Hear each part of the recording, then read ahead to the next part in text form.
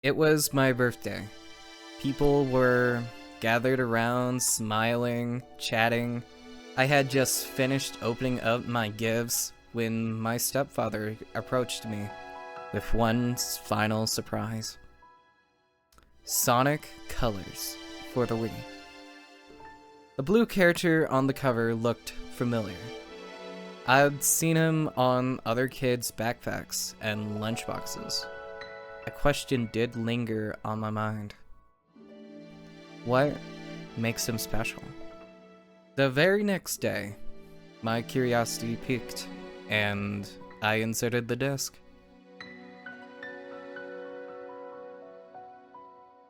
Today, I want to answer that question for everyone, or at least give my take on it. Why is he written this way? Why does he connect with so many people? What makes him so special?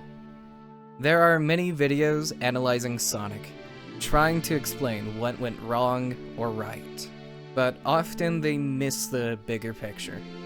Between 1991 and 2009, let's dive into these questions and explore what made Sonic the Hedgehog truly unique.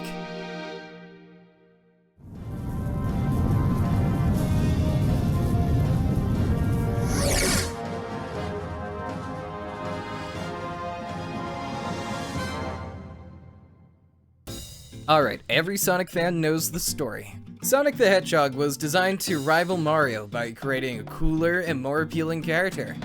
Thanks to Yuji Naka's obsession with speed and Naruto Oshima's love for American comics, Sonic was born. But what's often overlooked is what Sonic became, despite their original intent. Let's take a look at the manual of Sonic 1, made by Sega of Japan. Sonic's Homeland. So this entire thing is kind of translated weird, but I'm not gonna get into that right now. The evil genius scientist, Dr. Eggman, has embraced his evil schemes again. Sonic, that annoying cocky hedgehog.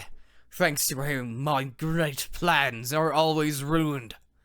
Oh, but this time, I'm going to crush him with the power of my science. Ha ha ha ha! South Island is a treasure trove of gems and ancient ruins. It's also said to be the island where the mystical Chaos Emeralds lay dormant. The Chaos Emeralds are a super substance that gives energy to all living beings. Also, through science and technology, they can be used for nuclear and laser weapons, but nobody knows how to get them. This is because South Island is a moving island, and the Chaos Emeralds exist within the distortions created by the island. One day, crisis came upon the island. Dr. Eggman and his crew has landed on the island. Huh. I'll make sure to find the Chaos Emeralds, even if I'll have to dig up the whole island. Eggman built a huge fortress on one corner of the island and embarked on his plan. Eggman, you still haven't had enough? Sonic rushed over after he heard the rumors. Dr. Eggman's harassment is a regular occurrence. He has been dealt with every time so far. Dr. Eggman seems to consider Sonic his sworn enemy, but he was never any match for Sonic. But oh my, something is amiss. Look, Sonic, this time it's different. I turned the animals on this island into robots. Everyone! All of these guys move in accordance to my orders. In other words, the whole island is your enemy.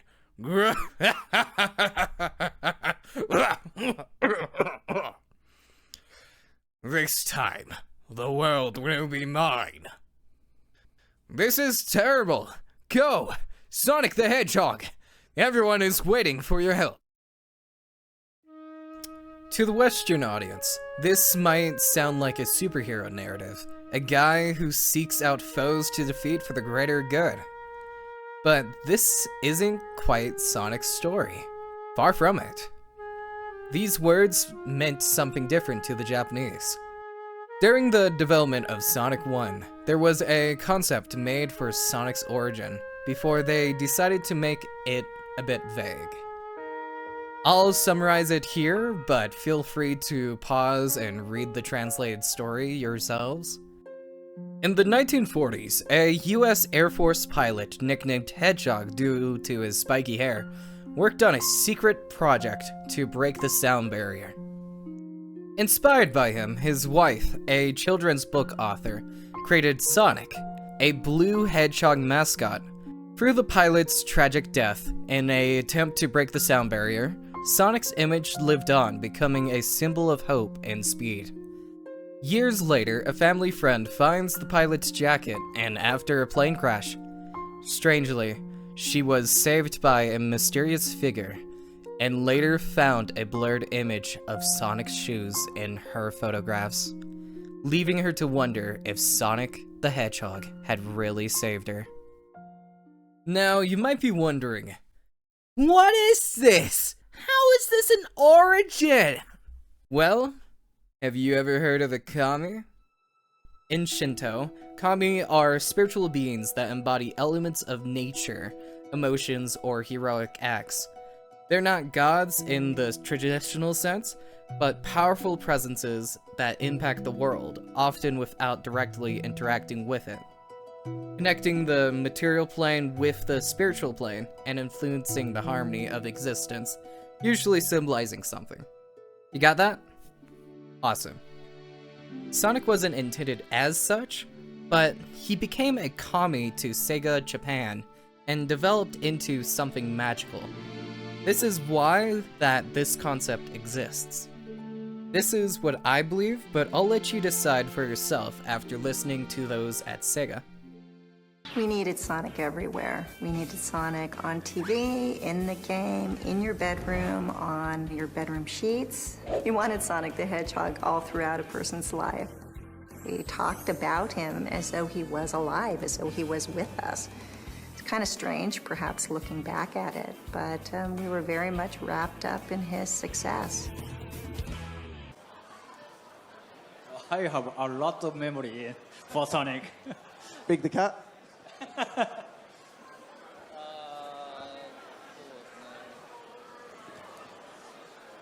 いや本当に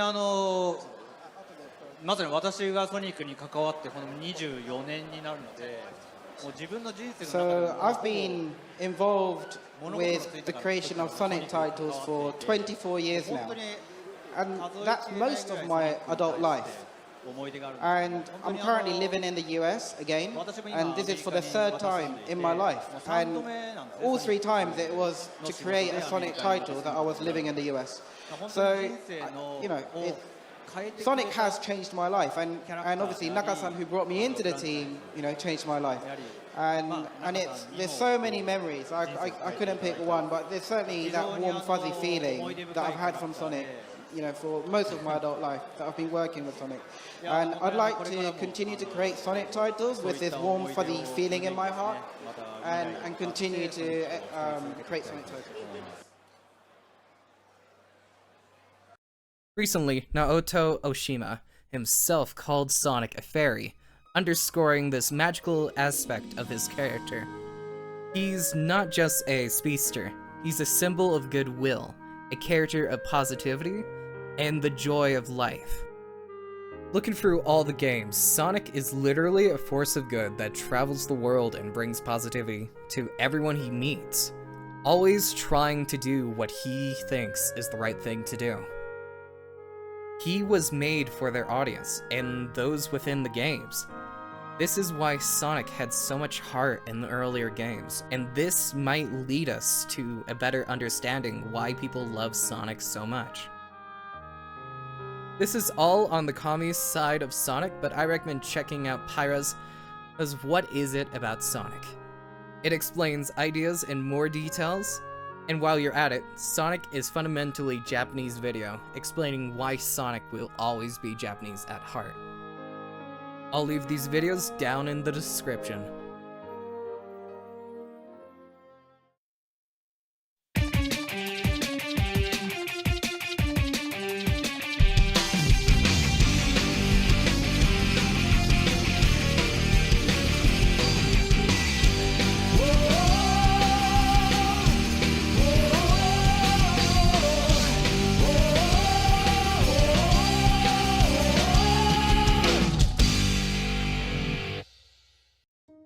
let's talk about Sonic's design for storytelling. He's a flat character, meaning he's designed for flat or static character arcs. In storytelling, there are 3 main types of character arcs: positive, negative, and flat. Positive arcs show growth, negative arcs show decline, while flat character arcs show an unchanging character whose presence often inspires others to change. That's why you don't see Sonic crying over drama or dealing with traumatic events. He's meant to be a constant source of goodness, someone we can learn from. Take Sonic Adventure 1 for example. Tikal wants to seal away chaos, but Sonic refuses, understanding that Chaos's actions are driven by pain and loss. And instead, Sonic seeks a revolution that heals rather than just delays the problem. A choice only a flat character like him would make. Or consider Sonic and the Black Knight, where Sonic changes the perspectives of the Knights of the Round Table. Now on to actual characterization. Sonic is a thrill junkie, actively seeking out adventure and excitement, turning the journey itself into his playground.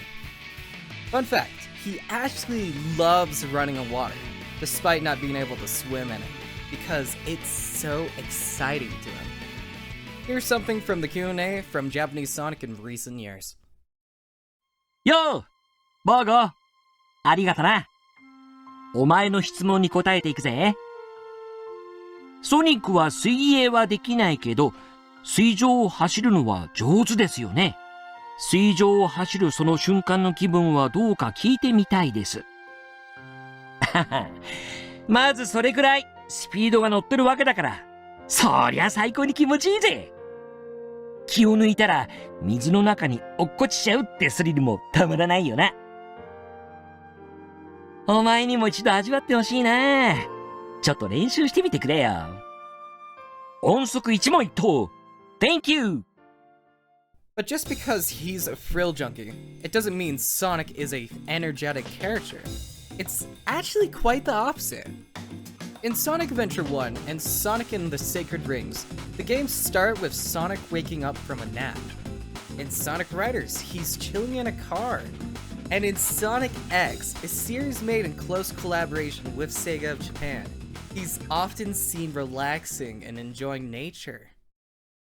Sonic is a calm and laid-back guy, taking things at his own pace. He loves speed, sure, but he also enjoys nature, animals, and exploring the world around him. Now this brings up a detail that many people miss. Sonic the Hedgehog is an introvert. In Sonic X, he's usually seen relaxing alone or keeping his distance. Other characters usually have to seek him out or find him. In the games, he's often alone at the very start, on the run, napping, or just taking things easy. Even his greeting, "Long time no see," reflects how often he keeps to himself in this series. When he's around people, Sonic shows a lot of typical introverted qualities. He's uncomfortable with being touchy, folds his arms during awkward situations, and tends to observe more than he engages. Sadly, as I'm writing the script, I can't think of any examples before the meta era for my next point, so we're relying on the Japanese rewrite a little bit, or more like the animations the Japanese made. Being an introvert doesn't mean Sonic is patient, though.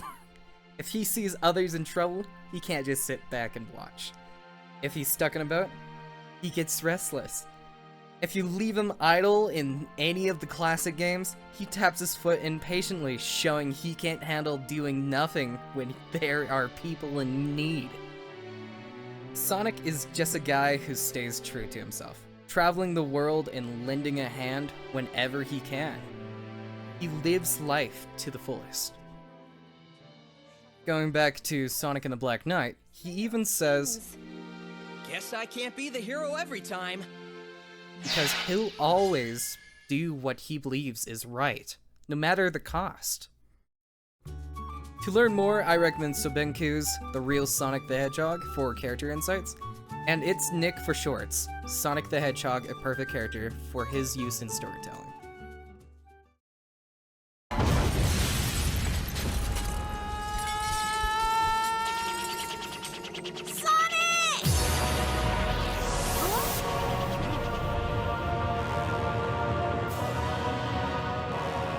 What's going on?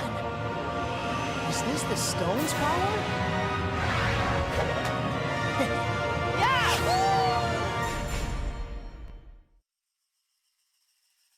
One detail people overlook in the games is that Sonic acknowledges you, the player, right through the screen. He's always done this since day one, in the very first Sonic game, up to today with the meta-era Sonic. To those who don't know, Sonic was replaced with this thing in the 2010s. Baldy nose hair! Looking past that, tell me, how often have you noticed this? Sonic always looks into the camera, either talking to you, or giving you a small nod, or just giving you like a death stare.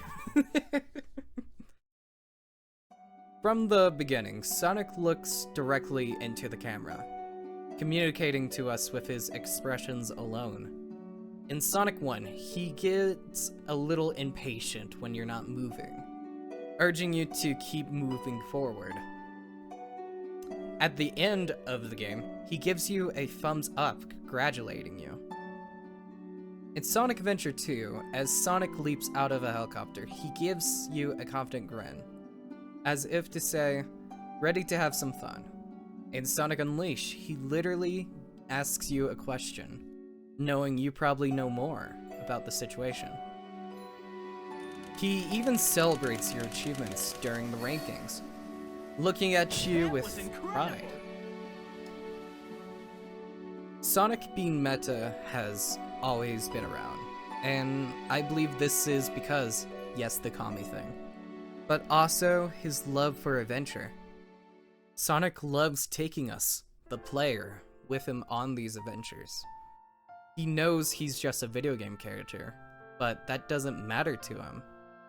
What matters is the joy of adventure and sharing that joy with us.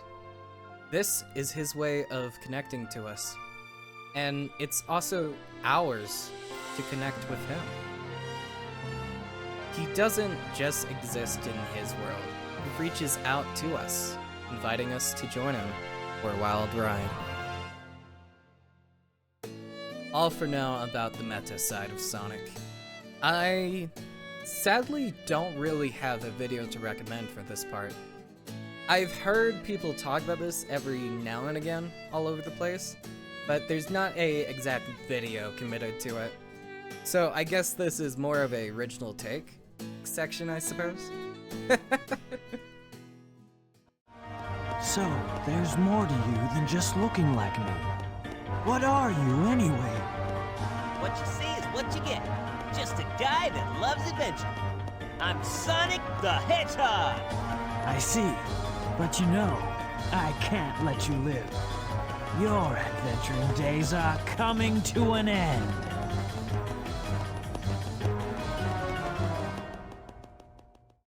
So, what made Sonic the Hedgehog special? Well, if you remember the thumbnail, it was heart.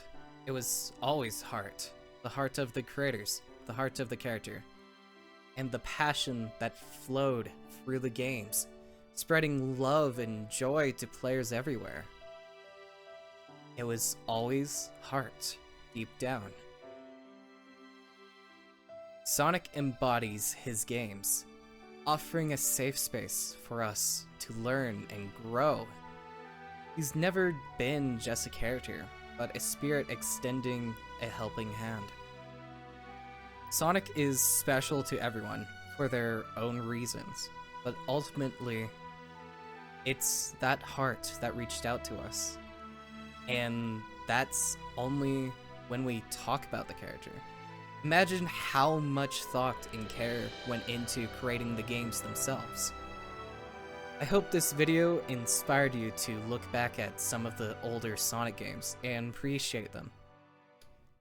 Please like and subscribe, and I'll see you all. Oh, right. I probably should finish the story I was telling at the start, huh? When I finished Sonic Colors, I had a fun experience and enjoyed the game overall, but I couldn't care less for the characters, and the game felt hollow to me. I liked the gameplay though, so I convinced my mother to buy me another Sonic game. As we were browsing eBay, one caught my eye. Sonic with a sword? And why does he seem different? More alive, and I chose it. My curiosity was leaping mountains. When I got my hands on Sonic and the Black Knight, the game felt freaky at first. Sonic was full of life and confidence. The gameplay was so different too, but I loved it. I loved the animations and the aesthetics, so I kept playing. Then a particular scene caught me off guard. Are you ready? Ready for what? If you remove that sword and defeat King Arthur with it, you shall forever be the worst of knights, slayer of kings. Guess I can't be the hero every time.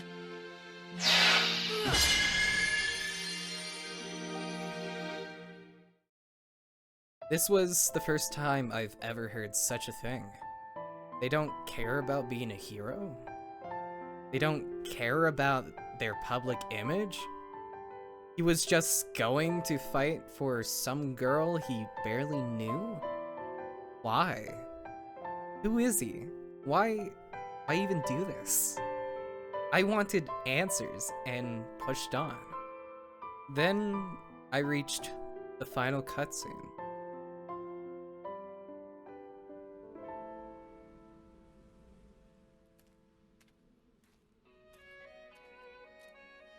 Merlina, every world has its end. I know that's kind of sad, but that's why we gotta live life to the fullest in the time we have. At least, that's what I figure.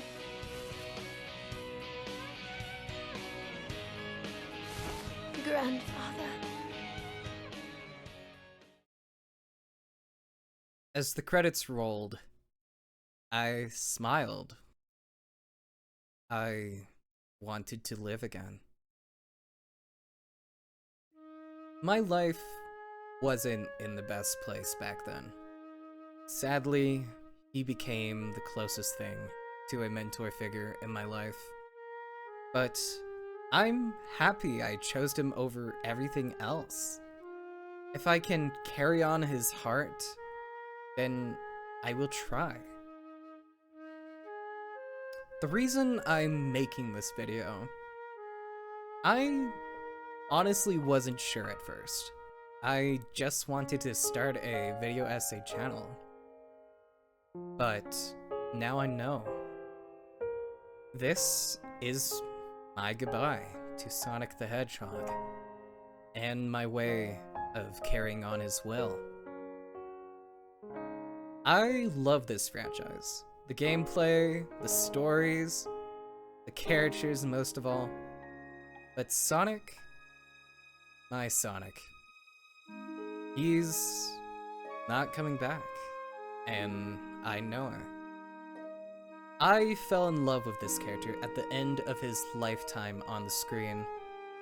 It's kind of painful and cruel in a way, knowing I might never get another game with this character. I've waited for that feeling, hoping Sega would bring him back, and I'll just... But we've reached a point where that might not be possible. The heart of Sonic the Hedgehog is gone within Sega. It doesn't matter in the end though, thinking about it. Sonic the Hedgehog will always be within me, and I'll always carry on. He'll always be with me in that sense. And I hope I can bring joy to people just like he did. So thank you, Sonic the Hedgehog. Thank you so much. I think Oh my god, I'm actually becoming a little emotional. Thank you all for watching. This was my first video essay, and I truly hope it resonates with you all. Making this was actually kind of risky for me. It was hard to find time to work on all the editing and even to do the voice work. Sorry if you can hear my family in the background. I'm currently unemployed and struggling to find a job, especially without a employment history. What a day of age we live in, huh? So if you enjoyed this video, really do, please like and subscribe. It'll help out a lot. This took a lot of effort, and honestly, it's hard to even put yourself out there. I did everything in this video by myself. The scripting, the editing, the voiceover, even the Sonic voice. Yes, I am using a script. Honestly, I'm starting to learn that I should go off script a little bit as I went. If anyone wants to hire me for something, my work email is going to be down in the description. Depending on how this video does though, I might continue making content about the value of media and what makes certain work special, but we'll see. Again, thanks for watching, and please have a fantastic day. And if you really did like this video, please subscribe and push the like. Thanks for watching. そうだったのソニック。友情じゃなくて。クリス、友情は自由なんだぜ。自由。お前の心を決めるのは俺じゃない。他の誰でもない。お前自身なんだ。友情は自由だ。だからお前も自由に決めろ。じゃあソニックは僕の気持ちが自由だって言うなら、ソニックの気持ちはソニックが決めなきゃ自由な友情にならないよね。ソニックは本当はどっちの世界にいたいの？やっとそれを聞いたな。俺はどこだっていいんだ。俺にはこれがある。こいつがあればどこへだって行けるからな。自由に。